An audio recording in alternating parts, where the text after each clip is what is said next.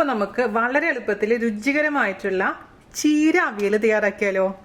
അപ്പം അതിനുവേണ്ടി ഞാനിവിടെ എടുത്തു വെച്ചിരിക്കുന്നത് ചീരത്തണ്ട്, വെള്ളരിക്ക, മാങ്ങ, പച്ചമുളക്. ഇപ്പം ചീരത്തണ്ട് എന്ന് പറയുന്നത് ഒരു കെട്ട് ചീരയുടെ ഇല വേർപെടുത്തി തണ്ട് വേർപെടുത്തി അതിനുശേഷം ഇതിലത്തെ നാരെല്ലാം കളഞ്ഞ് ഈ ഒരു നീളത്തിൽ കട്ട് ചെയ്ത് വെച്ചിരിക്കുന്ന ചീരയുടെ തണ്ടാണ് കേട്ടോ ഇത്. പിന്നെ ഒരു ചെറിയ വെള്ളരിക്കയുടെ പകുതി ഭാഗം നമ്മൾ നോർമലായിട്ട് അവിയലിന് അരിയുന്ന പരുവത്തിൽ അരിഞ്ഞു വെച്ചിട്ടുണ്ട്. പിന്നെ പച്ചമാങ്ങയാണ് നമ്മളിവിടെ ഉപയോഗിക്കുന്നത്.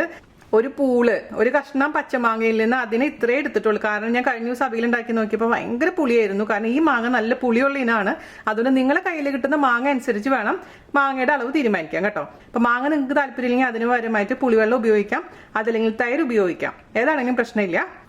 ആദ്യം തന്നെ ഒരു പാത്രത്തിലോട്ട് 1.5 ടേബിൾ സ്പൂണോളം വെളിച്ചെണ്ണ ഒഴിച്ചു കൊടുത്തിട്ടുണ്ട്. അതിലോട്ട് നമുക്ക് ചീരത്തണ്ട് ഇട്ട് കൊടുക്കാം. പിന്നെ നിങ്ങളുടെ അടുത്ത് ചക്കക്കുരു ഉണ്ടെങ്കിൽ ചക്കക്കുരു തനിയെ വേവിച്ച് ഇതിലേക്ക് ചേർക്കാം. ചക്കക്കുരു കുക്കാവാൻ കുറച്ച് സമയം എടുക്കും. അപ്പോൾ എനിക്കിവിടെ ചക്കക്കുരു കിട്ടാത്ത കാരണം അത് ഉപയോഗിക്കുന്നില്ല. അപ്പോൾ ചക്കക്കുരു ഉണ്ടെങ്കിൽ ഒരു 10-15 ചക്കക്കുരു നീളത്തിൽ ഇതേപോലെ അരിഞ്ഞ് നമുക്ക് ചേർക്കാം കേട്ടോ. അപ്പോൾ തനിയെ കുക്കറിൽ മഞ്ഞപ്പൊടി ഇട്ടിട്ട് ഉപ്പിട്ട് വേവിച്ചെടുക്കുന്നതായിരിക്കും നല്ലത്. അപ്പോൾ ചീരത്തണ്ട് ചേർത്ത് കൊടുത്തിട്ടുണ്ട്. അതുപോലെ തന്നെ വെള്ളരിക്ക കഷ്ണങ്ങൾ ഇട്ട് കൊടുക്കാം. പിന്നെ പച്ചമുളകും. മാങ്ങ ഇപ്പം ഇടുന്നില്ല, മാങ്ങ മുക്കാൽ ഭാഗം കുക്കിംഗ് കഴിയുന്ന സമയത്ത് ഇടുന്നുള്ളൂ കേട്ടോ. ഇതിലോട്ട് നമുക്കൊരു 1/4 ടീസ്പൂണോളം നല്ല മുളക് പൊടി ചേർത്ത് കൊടുക്കാം. അതേപോലെ തന്നെ 1/4 ടീസ്പൂണോളം മഞ്ഞൾപ്പൊടി ഇട്ട് കൊടുക്കാം. ആവശ്യത്തിന് ഉപ്പ്. മീഡിയം ഫ്ലെയിമിൽ ഇട്ടതിന് ശേഷം ഒന്ന് ഇത് വഴറ്റിയെടുക്കണേ. അതിനുശേഷം അടച്ചു വെച്ച് കുക്ക് ചെയ്യണം.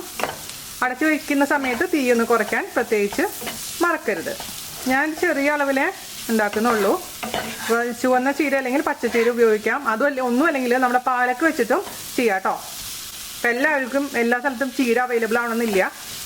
അതുകൊണ്ട് നമുക്ക് നമ്മുടെ കയ്യിൽ കിട്ടുന്ന ഐറ്റംസ് എന്താണോ അതനുസരിച്ച് ഉണ്ടാക്കാൻ പഠിക്കാം. വഴണ്ടതിന് ശേഷം നമുക്ക് അടച്ചു വെച്ച് കുക്ക് ചെയ്യാം. ചീര അതേപോലെ തന്നെ മുരിങ്ങയില ഒക്കെ ചെയ്യുമ്പോൾ ഞാൻ കറിവേപ്പില ചേർക്കാറില്ല കേട്ടോ. അപ്പോൾ കറിവേപ്പില താല്പര്യം ഉണ്ടെങ്കിൽ ഇടാം. ഒരു 2-3 മിനിറ്റോളം വഴറ്റി കൊടുത്തിട്ടുണ്ടെങ്കിൽ തീ ചെറുതാക്കിയതിന് ശേഷം നമുക്ക് അടച്ചു വെച്ചിട്ട് കുക്ക് ചെയ്യാം. അപ്പോൾ നമ്മളിപ്പോൾ തൽക്കാലം വെള്ളം ഒഴിച്ചിട്ടില്ല, കാരണം ആ വെള്ളരിക്കയിൽ നിന്നൊക്കെ വെള്ളം ഇറങ്ങിക്കോളും. അപ്പോൾ നോക്കിയിട്ട് അഥവാ വെള്ളം വേണമെന്നുണ്ടെങ്കിൽ ഒരല്പം മാത്രം തെളിച്ചു കൊടുക്കുക കേട്ടോ. ഒരു പൂള് മാങ്ങ എന്ന് പറഞ്ഞില്ലേ, അതിന്റെ പകുതി ഞാൻ എടുത്തിട്ടുള്ളൂ. പകുതി ഇവിടെ ഉണ്ട്. കാരണം ഞാൻ നേരത്തെ പറഞ്ഞ പോലെ തന്നെ ആദ്യത്തെ കഴിഞ്ഞ ദിവസം ഉണ്ടാക്കി ഈ മാങ്ങ വെച്ചിട്ട് ഞാൻ ഉണ്ടാക്കി നോക്കിയത്. അപ്പോൾ പുളി കൂടുതലായിരുന്നു ജാൻചേട്ടൻ പറഞ്ഞു. അന്ന് ഞാൻ ഒരു പൂള് മൊത്തത്തിന് എടുത്തിട്ടുണ്ടായിരുന്നു. അപ്പോൾ അത് വേണ്ട, ഇതിന്റെ ഹാഫാണ് ഞാൻ എടുത്തിരിക്കുന്നത്. പുളിയുള്ള കാരണം മാത്രം. പിന്നെ അളവ് ഇവിടെ കുറവാണ് കേട്ടോ. അപ്പം നിങ്ങളുടെ കയ്യിൽ കിട്ടുന്ന മാങ്ങ അനുസരിച്ച് അതിൽ മാറ്റം വരുത്താൻ മറക്കരുത്. നമുക്കൊരു അല്പം വെള്ളം ഒഴിച്ചു കൊടുക്കാം കേട്ടോ. അടച്ചു വെക്കാം. അപ്പം നമ്മുടെ വെള്ളരിക്കയും ചീരത്തണ്ടും പച്ചമുളകും ഇട്ടത് ആ കൂട്ട് 1/4 ഭാഗം കുക്കായിട്ടുണ്ട്. ഇനി നമുക്ക് ഇതിലോട്ട് പച്ചമാങ്ങ ഇട്ട് കൊടുക്കണം, ചീര ഇല ഇട്ട് കൊടുക്കണം കേട്ടോ. പച്ചമാങ്ങ ഇത്ര ഇടുന്നുള്ളൂ. അതേപോലെ തന്നെ ചീരയുടെ ഇല ഇട്ട് കൊടുക്കാം. നന്നായി മിക്സ് ചെയ്ത് കൊടുക്കുക. ഇത് കണ്ണടച്ച് തുറക്കുമ്പോഴേക്കും റെഡിയാക്കാൻ പറ്റുന്ന അവയിലാണ്, ഹെൽത്തി അവയിലാണ്. പിന്നെ നിങ്ങൾക്ക് മുഴുവൻ ഹെൽത്തി എന്ന് പറയണമെന്നുണ്ടെങ്കിൽ എന്ത് ചെയ്യണം, പച്ച വെളിച്ചെണ്ണ ഒഴിവാക്കുക. ആ ഒരു വഴറ്റുന്ന പരിപാടി ഒഴിവാക്കിയിട്ട് മഞ്ഞപ്പൊടിയും മുളക് പൊടിയും ഉപ്പും എല്ലാം കൂടി വെള്ളം കൂടെ ഒഴിച്ച് മിക്സ് ചെയ്തിട്ട് അടച്ചു വെച്ച് വേവിക്കുക കേട്ടോ. വെളിച്ചെണ്ണ ഒഴിക്കേണ്ട ആദ്യം, അത്രയും വെളിച്ചെണ്ണ വേണ്ടാന്നുണ്ടെങ്കിൽ. അവയിലൊക്കെ കുറച്ച് വെളിച്ചെണ്ണ നല്ലതാണ്, അപ്പോഴാണ് തനതായ രുചി കിട്ടുകയുള്ളൂ. ഇതെനിക്ക് അനു പറഞ്ഞു തന്ന റെസിപ്പിയാണ് കേട്ടോ. ഞങ്ങളുടെ അവിടെ ഈ ചീരവയിൽ അത്ര അങ്ങ് പ്രശസ്തമല്ല സത്യം പറയുകയാണെങ്കിൽ. തൃശ്ശൂരുണ്ടാവായിരിക്കും, പക്ഷെ എൻ്റെ വീട്ടിലും ഒന്നും ഞാൻ കണ്ടിട്ടില്ല. അറിയാത്തതുകൊണ്ടായിരിക്കാം. പക്ഷെ അനുവാണ് എപ്പോഴും ചീരവിയിൽ എന്ന് പറയാറുള്ളത്. ഓക്കെ, അപ്പോൾ നമുക്കിനി അടച്ചു വെച്ചിട്ട് അങ്ങ് ലോ ഫ്ലെയിമിൽ വെക്കണേ. ഇടയ്ക്കിടയ്ക്ക് തുറന്ന് ഇളക്കി കൊടുക്കാൻ മറക്കരുത്. അപ്പം കണ്ടില്ലേ, അപ്പോഴേക്കിനും ചീരയൊക്കെ ഇങ്ങനെ വാടി കുറച്ചായി. ചീര ഇട്ട സമയത്ത് എന്തോരായിരുന്നു അല്ലേ. ഒന്നും കൂടെ ആയിട്ട് നമുക്കിതിലോട്ട് തേങ്ങയുടെ കൂട്ട് ചേർത്ത് കൊടുക്കാം. ഞാൻ പറഞ്ഞില്ലേ ചെറിയൊരു അളവിൽ ഞാൻ ഉണ്ടാക്കിയിരിക്കുന്നത്. അപ്പം നമ്മുടെ ചീരയൊക്കെ കുക്കായി അതിൽ നിന്ന് വെള്ളമൊക്കെ ഇങ്ങനെ പുറത്തേക്ക് വന്നിട്ടുണ്ട്. ഓക്കെ, ചക്കക്കുരു ചേർക്കുന്നുണ്ടെങ്കിൽ ഈ സമയത്ത് സെപ്പറേറ്റ് ആയിട്ട് ചക്കക്കുരു കുക്ക് ചെയ്തത് ഇട്ട് കൊടുക്കണം കേട്ടോ. എൻ്റെ അടുത്ത് ചക്കക്കുരു ഇല്ല, ഞാൻ വിളിച്ച് ചോദിച്ചു, എവിടെ ഇല്ല. ചിലപ്പോൾ ലുലുവിലുണ്ടാവും, ലുലുവിൽ ഞാൻ പോയിട്ടില്ല. ഓക്കെ, ഇനി നമുക്ക് എന്ത് ചെയ്യണം, തേങ്ങയുടെ കൂട്ട് ചേർത്ത് കൊടുക്കാം. ഞാനിവിടെ 4 ടേബിൾ സ്പൂൺ തേങ്ങ, അതിലോട്ട് 1/4 ടീസ്പൂണിൽ കുറവ് ജീരകം ചതച്ച് ചേർത്തത്, അതേപോലെ തന്നെ 2 ചെറിയുള്ളി ചതച്ചത് കൂടി ഇട്ടിട്ടുണ്ട്, മിക്സ് ചെയ്തിട്ടുണ്ട്. ഈ തേങ്ങ ഞാൻ ഒട്ടും അരച്ചിട്ടില്ല, കൈ കൊണ്ട് നന്നായി മിക്സ് ചെയ്ത് കൊടുത്തിട്ടേ ഉള്ളൂ കേട്ടോ. അതിട്ട് കൊടുക്കാം. ഈ തേങ്ങയിൽ ഒരു അല്പം മാത്രം ഉപ്പ് ചേർത്തിട്ടുണ്ടേ. അതും കൂടെ ചേർത്ത് നന്നായി അങ്ങ് യോജിപ്പിച്ച് കൊടുക്കുക. അപ്പോൾ ആദ്യമായിട്ടൊക്കെ ഇത് ഉണ്ടാക്കി നോക്കുന്നവർ ഈ ഒരു അളവിൽ ഉണ്ടാക്കിയാൽ മതി. ഇഷ്ടപ്പെടുകയാണെങ്കിൽ ക്വാണ്ടിറ്റി കൂട്ടാം. ഇനി രുചിച്ച് നോക്കുക. വേണമെങ്കിൽ ആവി കയറ്റണമെങ്കിൽ ഒന്ന് ആവി കയറ്റി കൊടുക്കുക. തേങ്ങ വേണമെങ്കിൽ കൂടുതൽ ചേർക്കാം കേട്ടോ. തേങ്ങ മതിയാവും നമുക്ക്.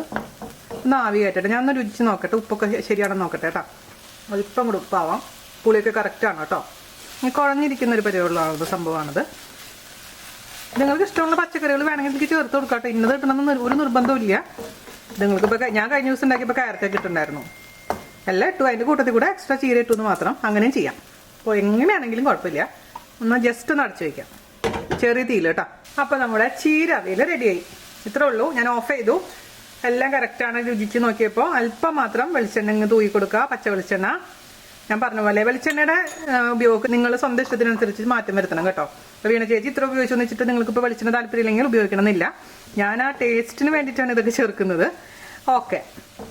അപ്പോൾ രുചികരമായിട്ടുള്ള ചീര അവിയൽ നിങ്ങൾ ഉണ്ടാക്കി നോക്കുക. ചക്കക്കുരും കൂടെ ചേർക്കുകയാണെങ്കിൽ അതിഗംഭീരമായിരിക്കും.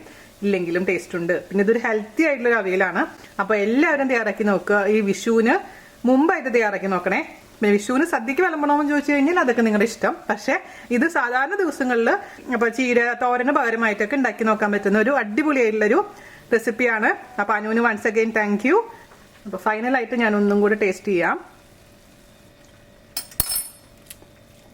ഗംഭീരമായിട്ട് കേട്ടോ. ഞാൻ അവിയലായതുകൊണ്ടാണ് പഞ്ചസാര ഇടാത്തത്. ഓക്കെ. അപ്പം എല്ലാവരും തയ്യാറാക്കി നോക്കുക. അടുത്ത വീഡിയോ ആയിട്ട് വരുന്നവരെ നന്ദി, നമസ്കാരം. Thank you.